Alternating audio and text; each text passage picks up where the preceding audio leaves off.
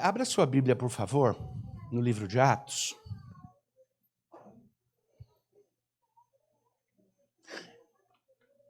Eu já contei uma piada infame, né? A senhora já me perdoa por aquela? Mas foi um pouco engraçada, não foi?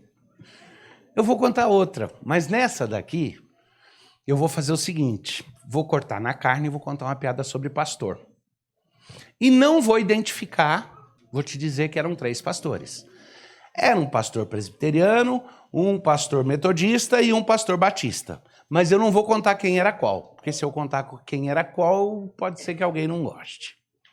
Mas os 3 estavam discutindo como que eles faziam para resolver como que eles iam separar o dinheiro que eles recebiam, o salário deles, e resolver o quanto eles iam dar para a igreja. Eles estavam conversando e um deles virou e falou, não, porque o dízimo é para o crente comum, o pastor tem que dar muito mais. Ah, mas como que você escolhe o parâmetro? Aí os 3 começaram a conversar. Um deles disse, olha, eu faço o seguinte, eu traço um risco no chão, eu pego todo o meu salário em dinheiro, traço um risco no chão e eu jogo para cima e a parte que cair para a direita, eu entrego de volta para Deus na igreja. A parte que cair para a esquerda, eu fico com ela para o meu sustento. Os outros 2, uau! Aí o outro pastor virou e falou assim, falei para vocês que eu não ia falar quem é quem, né? Porque senão ia pegar muito mal, né? Falou assim, olha, eu já faço diferente. Eu traço um círculo no chão, eu jogo meu dinheiro para cima, o que cair dentro do círculo é porque Deus quer que eu entregue na igreja. O que cair fora é meu para uso e para sustento. E o terceiro pastor, o presbítero, falou, o meu jeito é mais fácil, eu jogo tudo para cima, o que Deus quiser ele segura, o que descer é meu. A gente decide as coisas na vida, capaz de jurar de pé junto que a gente está tentando decidir a vontade de Deus. Ai, pastor, me ajuda, eu não sei o que decidir, mas eu estou tentando fazer aquilo que é a vontade de Deus. A gente jura de pé junto. E muitas vezes, quando faz a escolha, a gente diz, Deus colocou no meu coração. Mas a gente tem uma certa dificuldade com isso, uma insegurança, a gente fica depois, mas será que... E se não dá certo, a gente fala, tá vendo? Se eu tivesse buscado a vontade de Deus, teria dado mais certo. Especialmente em negócios a gente faz isso. Eu quero fazer um negócio porque eu acho que vai dar certo, eu falo, é a vontade de Deus, eu vou e faço, se não dá eu quebro a cara, eu falo, não era a vontade de Deus. E fico lembrando daquele computador de bordo que desenvolveram aí para os carros elétricos que correm muito rápido, que avisa quando você pode ultrapassar ou não, né? Então o computador de bordo começa a piscar uma luzinha verde e diz, vai que dá, vai que dá, vai que dá, vai que dá para você fazer a ultrapassagem. E um deles outro dia estava indicando, vai que dá, vai que dá, vai que dá, vai que dá. No meio da ultrapassagem falou, ih, acho que não deu. E a gente faz isso. É a vontade de Deus, é a vontade de Deus. Ih, não era. Nós vamos fazer agora, em breve, uma eleição na igreja. E eu quero falar um pouquinho com vocês sobre fazendo escolhas de acordo com a vontade de Deus. Suas decisões e a vontade de Deus. Em primeiro lugar, eu quero ler com vocês o que acontece no capítulo 6 de Atos. Eu vou ler, não é o texto do meu sermão, o texto depois nós vamos voltar para o capítulo 1. Mas no capítulo 6 acontece uma coisa muito interessante. Abre a sua Bíblia e vamos ler junto. Atos, capítulo 6.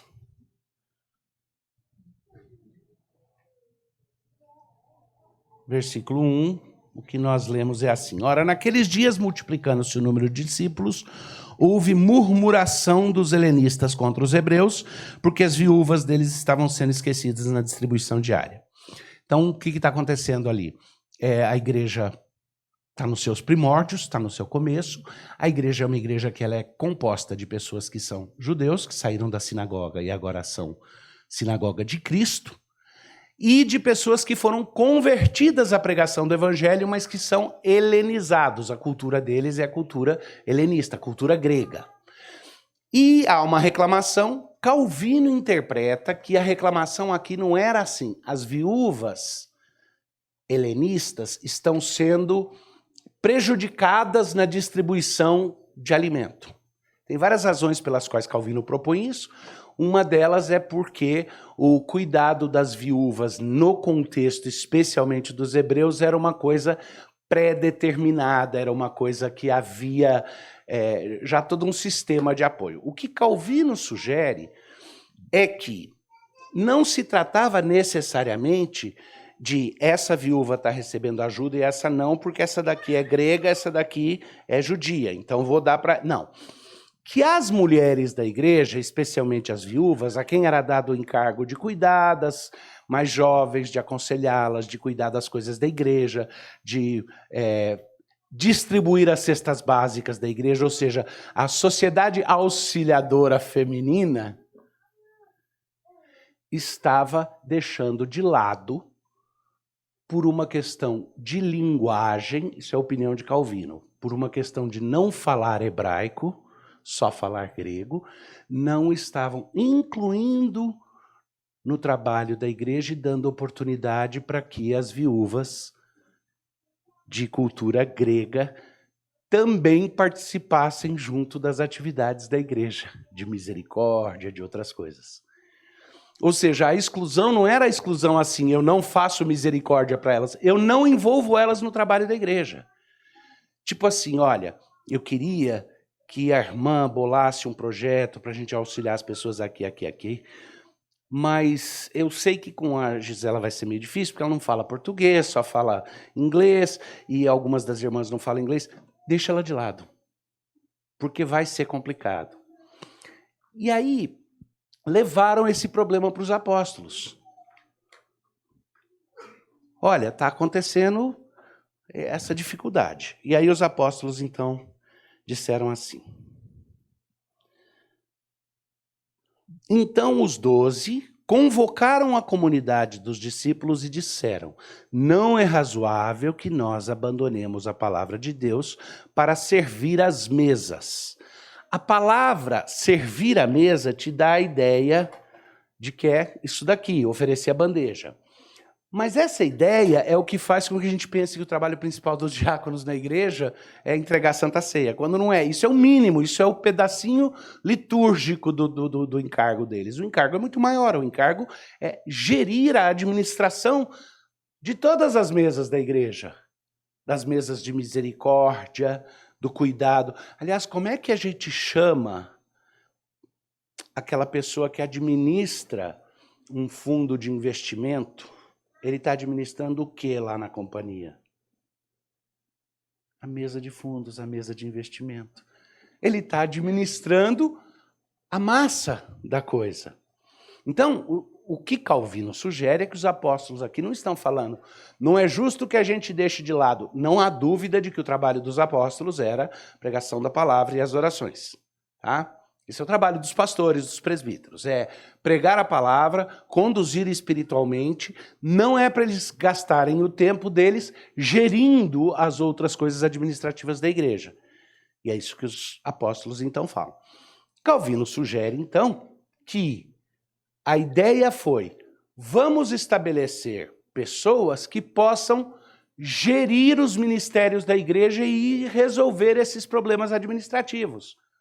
Criar projetos para incluir quem não fala a mesma língua, criar soluções para isso, ou seja, a gestão da coisa da igreja, e não apenas o serviço de garçom. E aí, à luz dessa decisão, o que fica resolvido? Os apóstolos chamam todo mundo, reúnem a comunidade, dizem: não é razoável que abandonemos a palavra de Deus para servir às mesas, mas, irmãos, escolhei dentre vós 7 homens de boa reputação, cheios do Espírito Santo e de sabedoria, aos quais encarregaremos desse serviço. E quanto a nós, nos consagraremos à oração e ao ministério da palavra. O parecer agradou a toda a comunidade e elegeram, palavra-chave aqui, elegeram Estevão, homem cheio de fé e do Espírito Santo, Filipe, Prócoro, Nicanor, Timão, Parmenas e Nicolau, prosélito de Antioquia. Apresentaram-nos perante os apóstolos e estes, orando, lhes impuseram as mãos. Crescia a palavra de Deus, em Jerusalém se multiplicavam o número dos discípulos, também muitíssimos sacerdotes obedeciam à fé.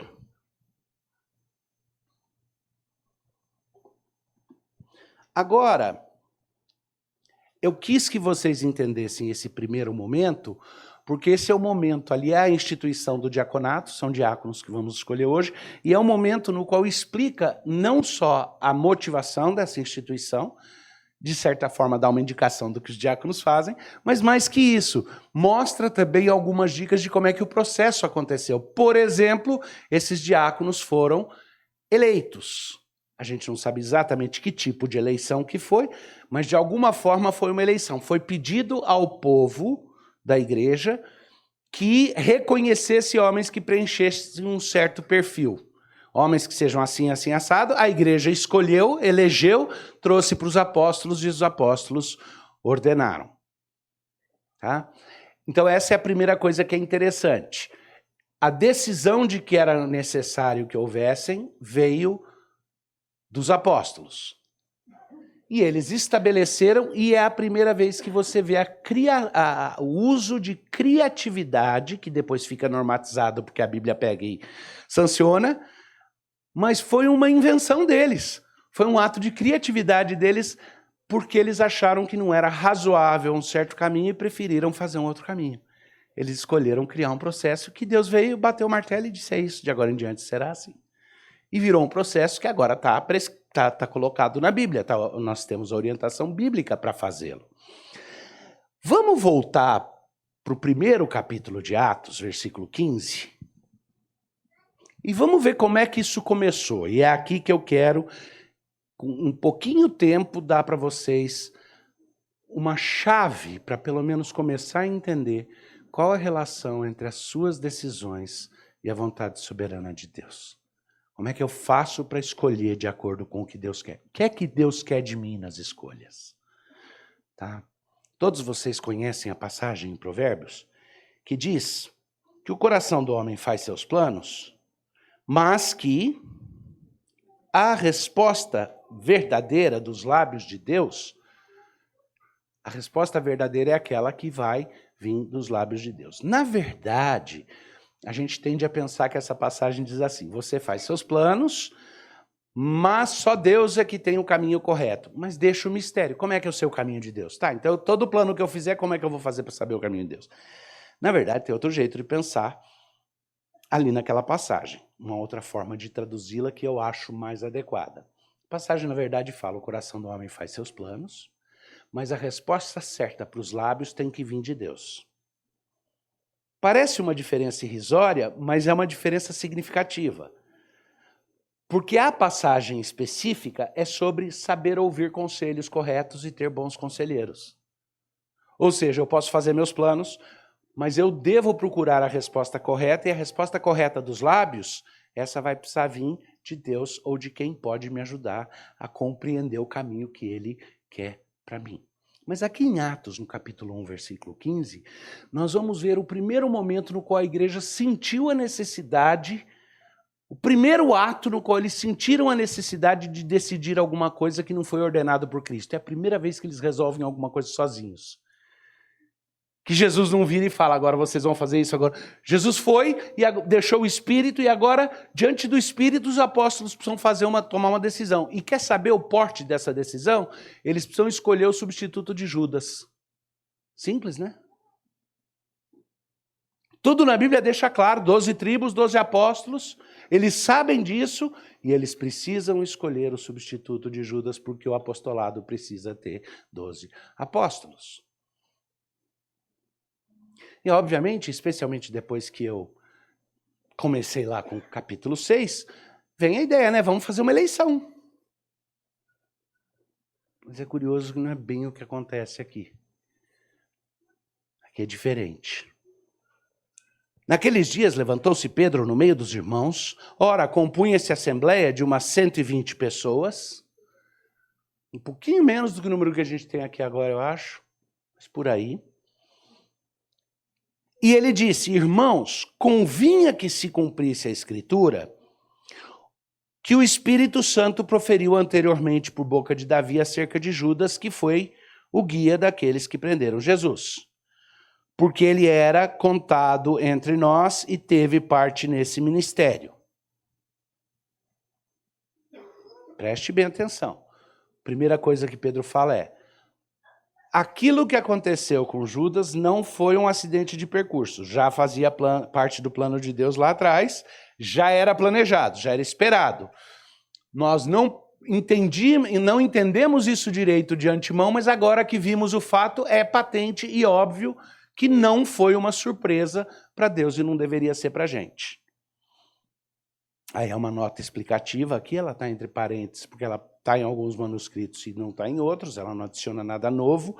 Ora, este homem adquiriu um campo com o preço da iniquidade, precipitando-se, rompeu-se pelo meio, e todas as suas entranhas se derramaram. E aí Pedro continua, e isto chegou ao conhecimento de todos os habitantes de Jerusalém, de maneira que em sua própria língua esse campo era chamado Acéldama, isto é, campo de sangue, porque está escrito no livro dos Salmos, fique deserta a sua morada e não haja quem nela habite e tome outro o seu encargo. Opa! Então Pedro vira e fala, então não só era da intenção de Deus que isso acontecesse, mas a intenção dele é de que outra pessoa tome o lugar dele entre os 12. E aí ele fecha o raciocínio. É necessário, pois, que dos homens que nos acompanharam todo o tempo que o Senhor andou entre nós, tá? Então Pedro estabelece ali, e ele está falando inspirado pelo Espírito Santo, um princípio. Então nós precisamos substituir Judas, e uma das qualificações é que tem que ser alguém que tenha sido discipulado diretamente por Jesus, que tenha nos acompanhado, sido testemunha conosco de tudo e tenha aprendido aos pés do próprio Jesus. Não pode ser um neófito, não pode ser alguém que não acompanhou desde o começo o que Jesus estava fazendo. Precisa ser um discípulo que tenha sido treinado com ele. E ele especifica, começando no batismo de João até o dia que dentre nós foi levado às alturas. Um destes se torne testemunha conosco da sua ressurreição. Então propuseram 2. José, chamado Barsabas, cognominado o Justo, e Matias. E orando disseram, tu, Senhor, que conheces o coração de todos, revela-nos qual destes 2 tens escolhido para preencher a vaga nesse ministério e apostolado, do qual Judas se transviou, indo para o seu próprio lugar. E os lançaram em sortes, vindo a sorte recair sobre Matias, sendo-lhe, então, votado lugar junto com os 11 apóstolos. E é curioso que o processo todo é um no qual eles reconhecem que é a intenção de Deus que a vaga seja substituída, eles reconhecem que uma das premissas para que alguém possa ser um apóstolo testemunha de tudo o que Cristo fez é que ele tenha aprendido com Cristo, tenha caminhado com ele pelos 3 anos de ministério. Ele dá a data, 3 anos de ministério. Curiosidade, é por isso que o preparo teológico, classicamente, quando ele era feito pós uma formação acadêmica básica, eram 3 anos. Hoje, ainda nos Estados Unidos, em muitas instituições, são 3 anos pós-faculdade para você ser preparado como pastor. Ficou essa ideia aí de 3 anos, reproduzida em muitos lugares. Calvino treinava por 3 anos os seus ministros em Genebra, em Lausanne, para depois mandá-los de volta para a França, como ministros huguenotes da palavra, e a maioria deles tinha uma expectativa de vida de 6 meses. Já pensou gastar 3 anos treinando alguém que só vai conseguir pregar por 6 meses e vai morrer? Que desperdício, né? A lógica de Deus é diferente, né? Mas é isso. Então eles colocam esse pré-requisito aqui, e aí fazem o quê? Deliberam entre eles, ok, o nosso número de pessoas que estiveram conosco, dentre as 120 presentes aqui, o número de pessoas que preenchem esse quesito é um pouco menor. Teve gente que veio depois, teve gente que... Quem são aqueles que estiveram conosco desde o começo e que tem essas características dos cheios do Espírito Santo, que pregam a palavra e tal? E aí disseram, olha, a gente tem aqui o Barsabas e a gente tem aqui o Matias. Perfeitamente lógico, não é? E aí eles fazem, então, a escolha pela sorte. Lançam sorte. É interessante que fala que eles lançaram sorte e depois disso votaram a pessoa para o lugar. O que eu suspeito que significa que primeiro, para escolher entre um e outro, eles lançaram sorte na expectativa de ver manifesta a vontade de Deus. Era prática entre os judeus, tinha algo chamado Urim e Tumim, que era um tipo de dado que eles lançavam para fazer consultas a Deus e tudo. Era característico de um período diferente no Antigo Testamento, onde muitas coisas eram mais portentosas, mais mágicas, mais místicas. Não porque Deus tenha mudado, mas porque ele estava lidando com crianças, com pessoas que estavam na infância do seu desenvolvimento como o corpo de Cristo. Jesus Cristo vem e leva a coisa para outro nível, e um nível de consciência maior. Por isso é que no Novo Testamento você não tem tanta coisa portentosa, tanta coisa extraordinária como requisito. Mas a ideia de lançar sorte não era necessariamente errada. Eles lançam a sorte para escolher entre dois candidatos viáveis. Um é escolhido e eu imagino que uma vez escolhido, provavelmente eles tomaram um voto dentre todos dizendo, e eu não sei aí se todos os 120 votaram ou só os outros 11, mas um voto dizendo quem está de acordo ou não. É como quando diz, quem vota para sancionar a escolha que foi feita, quem de fato apoia Matias, levanta a mão direita. E todo mundo levantou e pronto, acabou. E ele ficou escolhido. Sem nada contra a outra pessoa que não foi a escolhida. Mas eu quero destrinchar um pouco com vocês algumas coisas curiosas a respeito desse texto. Me falem, por favor, das coisas que Matias veio a fazer para o reino. Aonde mais ele aparece no livro de Atos? Se você olhar no Evangelho de Matias, lá faz a referência para os lugares onde ele aparece no livro de Atos. E a primeira carta que Matias escreveu à igreja em Pérgamo, ele nunca mais aparece. Os outros apóstolos aparecem, ele nunca mais aparece. E quando a contagem dos apóstolos vai aparecer mais tarde, o número 12 é 12, não é? Mas quem é que aparece como o 12º apóstolo? Paulo. Ué, mas Paulo preenchia o quesito de ter passado 3 anos sendo treinado por Jesus? Sim. Diz que depois da conversão dele, ele foi levado ao deserto da Arábia e lá ficou por 3 anos aprendendo de Jesus. Curioso, né? Curioso. Mas Jesus, ressurreto. Ele foi o que teve o privilégio. Foi por isso que depois ele fala, eu não sei se foi no corpo ou fora do corpo, eu vi coisas extraordinárias e tal e tal. Porque, de alguma forma, ele gastou 3 anos no deserto da Arábia, sozinho com Jesus. E teve um treinamento intensivão. E foi reconhecido, não só no resto do livro de Atos, mas em todas as escrituras, como o 12º apóstolo. Então, obviamente, a igreja fez uma burrada e errou. Certo? Ué, resolve essa para mim então.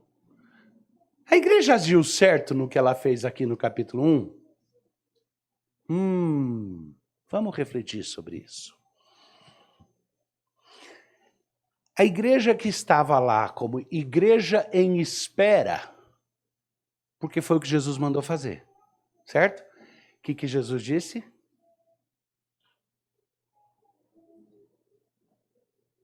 O que foi que Jesus disse para a igreja? Quando ele subiu? Fiquem em Jerusalém até que eu envie o Espírito Santo. E o que a igreja estava fazendo? Estava obedecendo e estava em Jerusalém esperando. Certo? Então a igreja está obedecendo a ordem de Jesus Cristo e durante aquele tempo eles estão trabalhando com os meios e os recursos que até aquele momento lhes foram cedidos por Deus. Eles estão trabalhando com a informação que têm, com a capacitação que têm. Eles estão trabalhando dentro das suas possibilidades. Por isso que eu tenho tranquilidade de pregar o evangelho para crianças pequenininhas, porque elas talvez não compreendam da mesma forma que eu e você, mas de uma forma ou de outra, no nível deles, Deus usa a pregação da palavra. E se for ser bem honesto, se comparar o nosso nível com o dele e o nosso nível com o apóstolo Paulo, acho que a distância entre nós e Paulo é maior do que entre ele e nós. Vamos ser bem humildes nisso, né? Então, a igreja está corretamente obedecendo a Deus e trabalhando com os dados que tem, com as informações que tem e com os instrumentos que tem. E quais são os instrumentos que eles têm naquele momento? Eles têm uma liderança boa? Tem. Ele tem apóstolos que foram treinados pelo próprio Jesus Cristo. Vai questionar o treinamento que ele deu? Um caiu e esse sempre foi o plano. Mas os outros foram treinados pelo próprio Jesus. São homens sábios, certo? São homens que foram testados e aprovados, correto? São homens que estavam sendo usados por Deus para fazer muita coisa, correto? E são homens sobre quem já tinha vindo o Espírito Santo, correto? Não. Eles ainda estão esperando descer o Espírito Santo.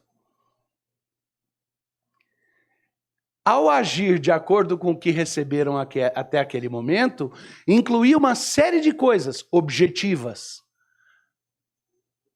Ainda lhes faltava alguma coisa, que era a vinda do Espírito Santo, para que, cheios do Espírito Santo, houvessem manifestações mais claras da ação divina.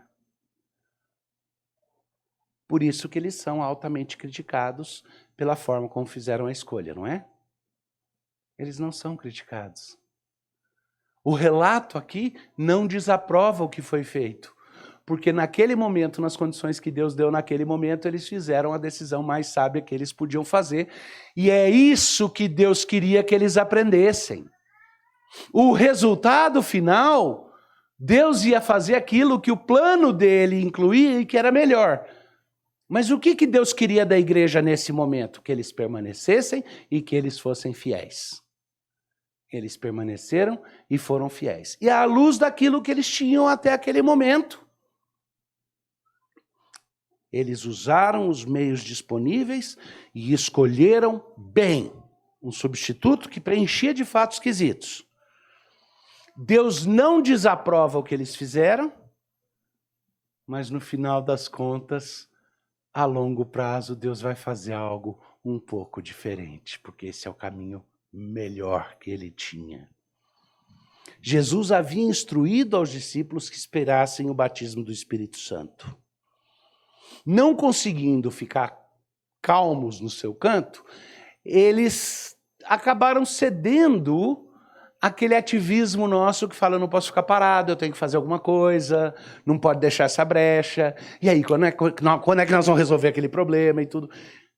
Talvez tivesse sido um pouco mais sábio eles terem dito, vamos esperar. Ele prometeu o Espírito, quando vier o Espírito fica mais fácil fazer a escolha certa.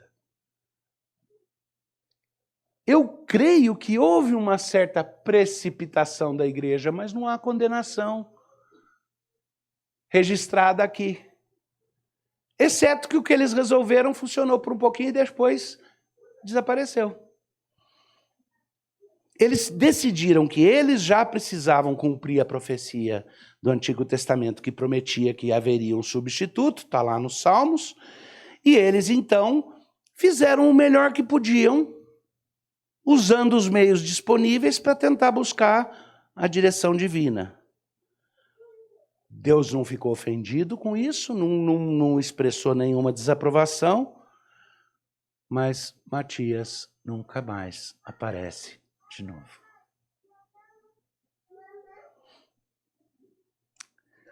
Até quando a gente tem certeza que está fazendo a coisa certa e que está fazendo decisões corretas, até quando estivermos de fato fazendo a melhor decisão que podemos fazer, com aquilo que temos no momento de recursos pessoais, materiais e de conhecimento para tomar as decisões.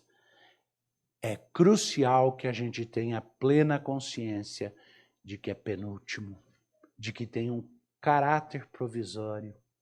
As minhas melhores decisões e opiniões ainda são penúltimas. e tem um caráter provisório. Porque Deus, a seu tempo, esclarecerá exatamente o caminho. Então eu preciso ficar passivo? Não houve recriminação do que a igreja fez. Hoje, olhando aqui, eu vejo que talvez tivesse feito sentido dizer, vamos esperar o batismo do Espírito Santo, que aí vai ficar mais fácil decidir. Mas o fato de que não fizeram isso não gerou uma repreensão. Porque no final das contas, o que é que Deus queria deles? Que eles aprendessem a tomar decisões sábias. Aliás, essa bagunça toda começou por quê? Não foi porque uma mulher não soube escolher em que restaurante almoçar. Foi porque Adão e Eva foram deficientes em tomar decisões sábias de submissão a Deus e foram tentados pelos desejos próprios aguçados pela serpente.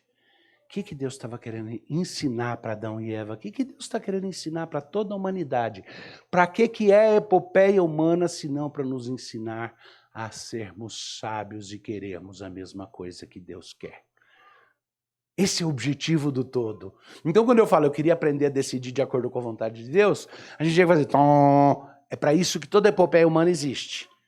Porque Deus está pegando os seres a quem ele dotou da capacidade de escolhas, mas que quando tentados já mostraram que sozinhos fazem escolhas ruins. E ele prometeu que ele iria trazer esses seres até um ponto no qual a própria vontade dele estaria gravada no coração deles, e eles voluntariamente, de moto próprio, não por manipulação, fariam escolhas que seriam análogas às escolhas de Deus.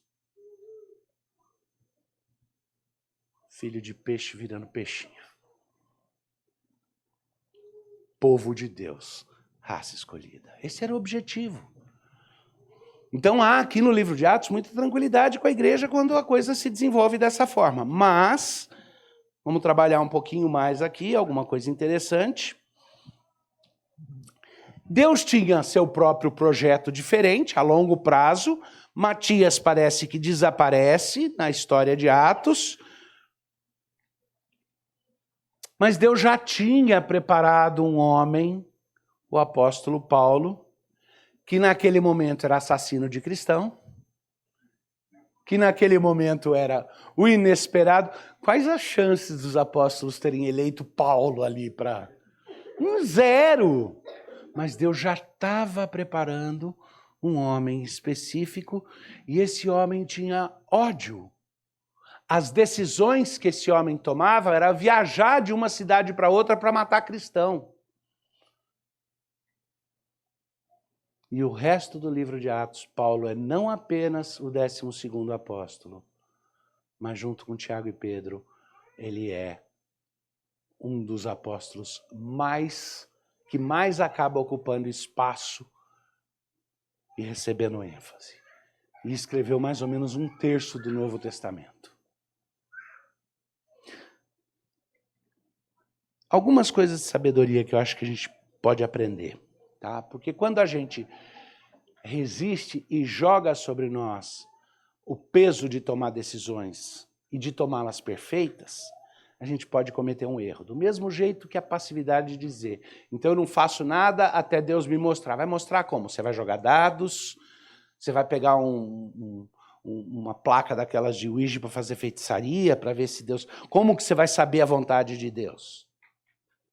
Perguntar para o pastor, não adianta, porque ele também não sabe. Como que você vai saber a vontade de Deus? O que Deus colocar no meu coração. Se você perguntar para Deus se você deve escolher o sorvete de chocolate com menta ou o sorvete de milho verde, chances são que Deus vai colocar no seu coração aquele que você gosta mais ou aquele que você menos gosta se você estiver querendo se penalizar. Mas de um jeito ou de outro, como é que eu vou distinguir se eu estou seguindo a vontade de Deus ou se eu estou simplesmente sendo enganado pelo meu próprio coração? Como é que eu faço para não cair, não escorregar para o caminho da passividade, nem para o caminho de falsamente me precipitar nas decisões? Enquanto possível, proceda com muita calma. Entenda que às vezes Deus te dá a capacidade de tomar decisões com todos os elementos. Às vezes são decisões que você sabe que você nunca vai ter os outros elementos. Às vezes são decisões que se você tirar um pouquinho o pé do acelerador, você fala, talvez eu tenha um pouco mais de elementos e recursos para tomar essa decisão se eu aguardar um pouco. Mas não aguarda para Deus te mostrar num sonho ou num balão mágico. Aguarda para que Ele coloque à sua frente mais elementos para que a decisão seja mais sábia. Porque Ele quer que você aprenda a tomar decisões sábias, mesmo sabendo que todas elas são provisórias.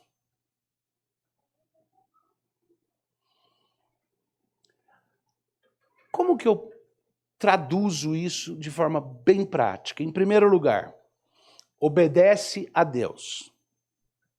Primeira pergunta, quando você tiver que tomar uma decisão difícil, antes de falar o que será que Deus quer, pergunta, naquilo que é óbvio que Deus quer, eu estou obedecendo? Porque se não tiver, a sua decisão vai ser uma droga.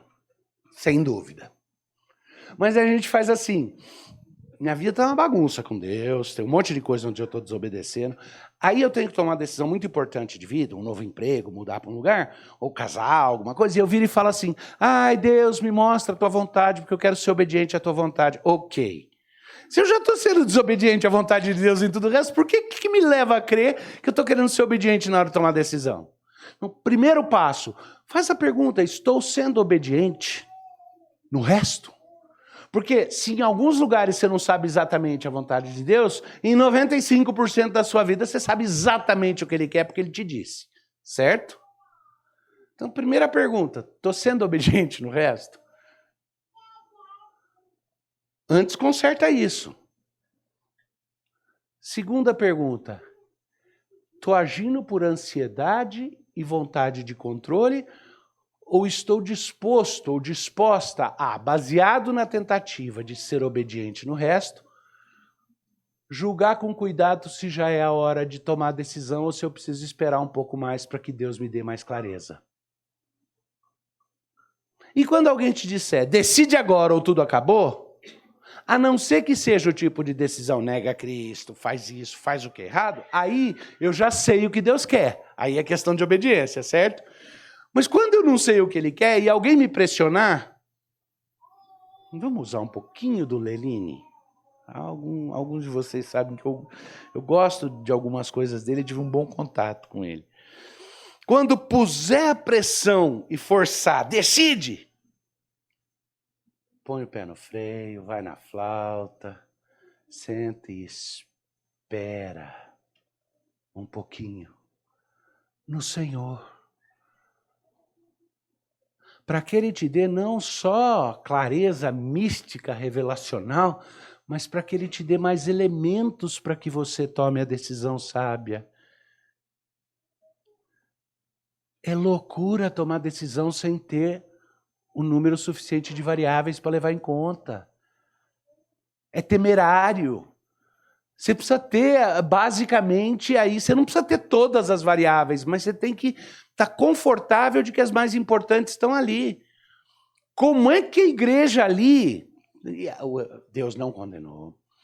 O próprio Lucas, quando escreveu o Evangelho, não falou mal deles, mas não sou tão bom como eles.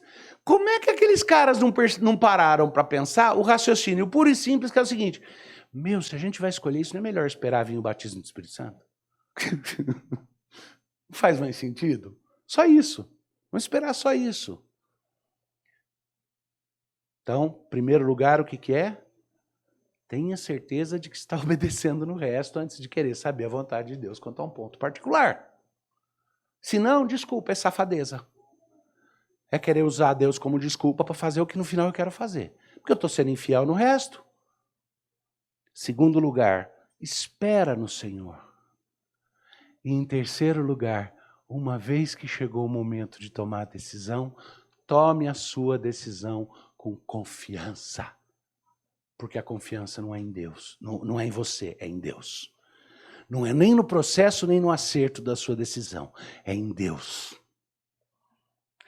Isso não é fácil de raciocinar. Imagina só, é chegar ao ponto de, ok, Fui obediente a Deus nos meus relacionamentos e encontrei uma senhora com quem eu gostaria de casar. Fui paciente, pedi a Deus que trouxesse todos os elementos que eu precisava para fazer esse julgamento. Agora eu não quero entrar na igreja para o meu casamento com temor. Eu não quero chegar lá com dúvidas. Eu quero chegar lá com a segurança. Mas eu não posso ter uma segurança baseada nem só na minha capacidade, nem só na dela. Eu tenho que ter a confiança em Deus de que, tendo tomado uma decisão cuidadosa e sábia e confiado no Senhor, Ele me capacitará para carregar esse casamento com fidelidade e obediência. Não importa o que vier. E é possível um casamento que seja uma porcaria e um dos lados continue sendo fiel a Deus e à vontade dele? É. Até alguém enganado pode continuar sendo fiel, se esse for o propósito. Se você entra no casamento com o propósito, eu quero que dê certo, eu quero ser feliz, eu quero... Tem chance para frustração, não tem? Muita. Você entra no casamento dizendo, eu quero ser fiel. Eu quero ser o que Deus quer que eu seja na vida dessa outra pessoa. No que depender de mim, serei fiel. Até se der tudo errado, ainda é possível obedecer a Deus nesse contexto. O que a igreja estava fazendo ali era aprendendo. Aprendendo o que depois é aplicável também para a nossa vida pessoal, não só para a vida eclesiástica. E eu acho que essa regrinha das 3 coisas eu queria que vocês gravassem na cabeça. Primeira pergunta, estou obedecendo a Deus no resto? Se não, não entra no projeto, vai ser um projeto de auto-engano.